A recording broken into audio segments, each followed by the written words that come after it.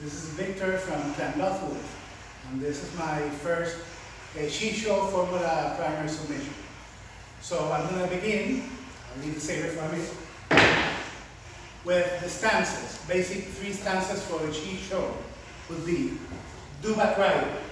Do-back rider, you're sitting down like riding a do-back horse stance. Now the width should be a bit more than shoulder width, so shoulder and a half width. Knees bent, back straight, no further than your toes, sitting down forward. Next position will be front stance. Front stance, you will put the weight for the front leg, back leg should be almost straight, not locked, but almost straight. And then sitting in the position with your weight for the front, towards the front of your opponent, for each side. It will be front stance. And then we come to kneeling stance, where you put your knee down, almost touching the floor, weight on the forward leg, right? Movable. So we'll go front stance, kneeling stance, do-back rider, front stance, kneeling stance, front stance, back to do-back rider. Then come the steps. We're going to start with a front stance. We're going to do the 3-point step. 3-point step, we're going to go in, lock, and go back out, keeping the same height. In, out, in, out. Then would come the hot slide. For the hot slide, you would push up from the back leg forward, maintaining your position. And then back, the same thing. Push forward, back, from the front leg like a spring. Push back, push back. And then finally would be the basic full step. Where it's just going to take one full step forward, one full step forward, one full step back, one full step back. Now, after the 3 position, 3 steps, come the 3 basic guards. So they would be mid guard. Your saber should be floating, feel like it's floating. Not too tight to the body, not too far. Around a fist from your belly button. The tip of the blade should be around neck or mouth height. Straight forward in your center line. Then comes high guard. High guard. Your sword should be about 45 degrees. Elbows open wide, so you do not block your view on any of the angles. And then low guard. Your sword tip should be close to your shins. Right? Low guard. Now we have the 3 basic guards. Let's come to the 3 basic parries. We're going to go to do-back rider. And we're going to do first the shift parries.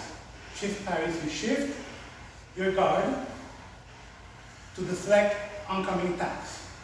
Whether it's mid or low, you shift the parry. Then come the drop parries, where you drop the sword down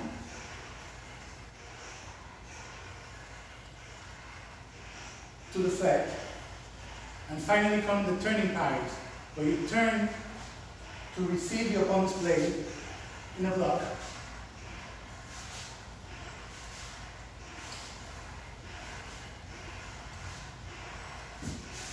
Now come the 3 strikes.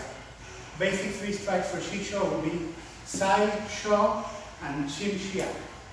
So Sai is a full intention cut, in which you come in and you cut off, full intention, and the ending of the cut should be beyond your center line. So when you come into a Sai, you come in, and you shift the weight with your hips to finish that cut completely and add weight and substance to your cut. So,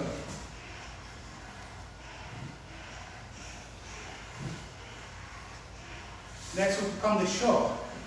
In a Sho strike, it's a short shot. So for the Sho strike, we go and we would shot, and the tip of our blade should keep pointing forward. Sho.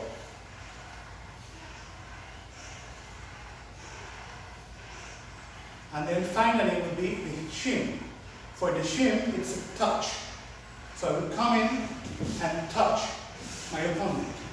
A small mark of contact on my opponent. The purpose of the shin is not to cut or shove an opponent's body, but to touch. A touch with a lightsaber would theoretically make you lose, your grip, hurt you and have you move out, showing your superiority without having to actually destroy your opponent. And of course, then comes the aspect of shin from the strike. That would be a thrust coming in. The difference between a shin and a shiak: for the shin, the emitter doesn't move. So the shin is a touch. For the shiak, the tip doesn't move. For the thrust for the shiak, the tip would go straight in to your opponent. So that would be shin would be a touch, shiak would be a thrust. So we have the strikes, we have the positions. Next would come the zones. The different zones would be zone 1, the head; zone 2, the weapon arm, usually the right arm; zone 3, the non-weapon arm; zone 4, the body; zone 5, the weapon leg; and zone 6, the other leg, the remaining leg. And finally, we have our marks of contact. So we will have first, for side, we have side shot, which is decapitation strike, which would go to cut off opponent's head. Then goes Shii-Cho, the Daf Maul, where you would cut your opponent's body.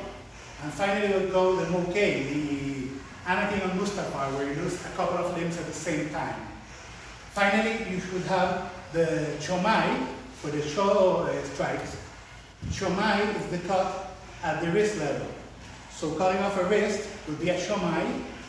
Cutting off a Shosun would be at the elbow, and Shomok would be at the base of the body. The same thing would apply with the legs. If you go at the ankle. The ankle. If you cut up the ankle, it will be a Shomai, Shosun would be at the knee, and Shomok would be at the hip level, where we would cut that leg.